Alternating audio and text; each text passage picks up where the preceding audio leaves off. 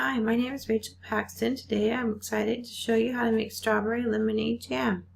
In this class I'll show you how to make and can strawberry lemonade jam. I'll lead you through the process step by step.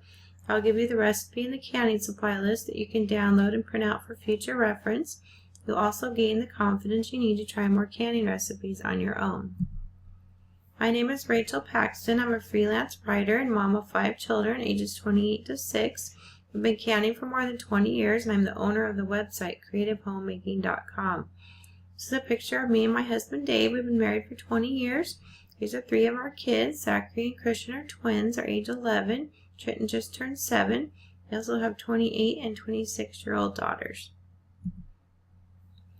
For this recipe, you're going to need 4 cups of crushed strawberries, a cup of bottled lemon juice, 7 cups of sugar, and a box of powdered pectin.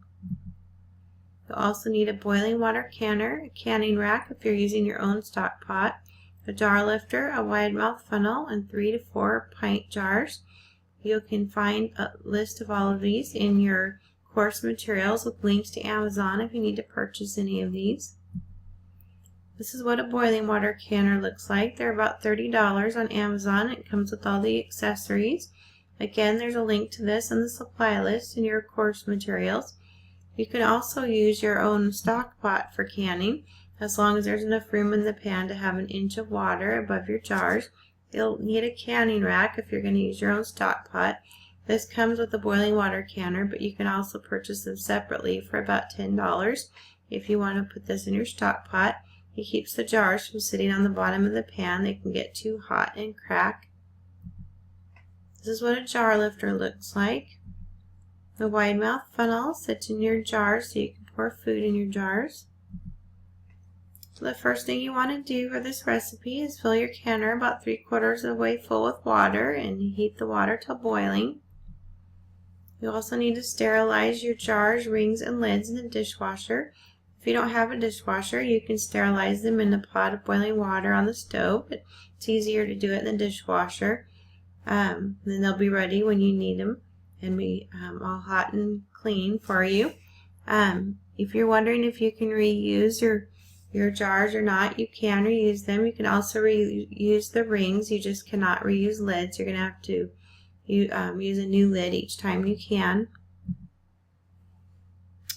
First, you want to chop and measure your strawberries.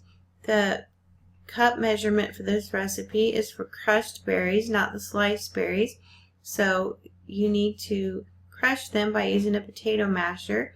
The easiest way to do this is place a layer of sliced strawberries at the bottom of your bowl or your measuring cup, and then use a potato masher to mash that layer, and then add some more strawberries and keep crushing them until you have the correct amount of cups for this recipe. This is what the crushed strawberries look like after you crush them. Next, you want to get out your pectin and your lemon juice. Place your crushed strawberries in a large stock pot and add the lemon juice. Next, stir in the powdered pectin. You want to heat it until it's boiling, and the boiling cannot be stirred down. That just means that when it comes to a boil, if you stir it and it stops boiling, you need to keep letting it boil until when you stir it, it does not stop, it continues to boil. At that point, you can add a pinch of butter to help reduce foaming, and also pour in your sugar all at one time. It's best to pour your sugar in all at once instead of measuring it into your pan. Then you don't lose track of how much sugar you put in. It's easy to lose track, so pour it in all at one time.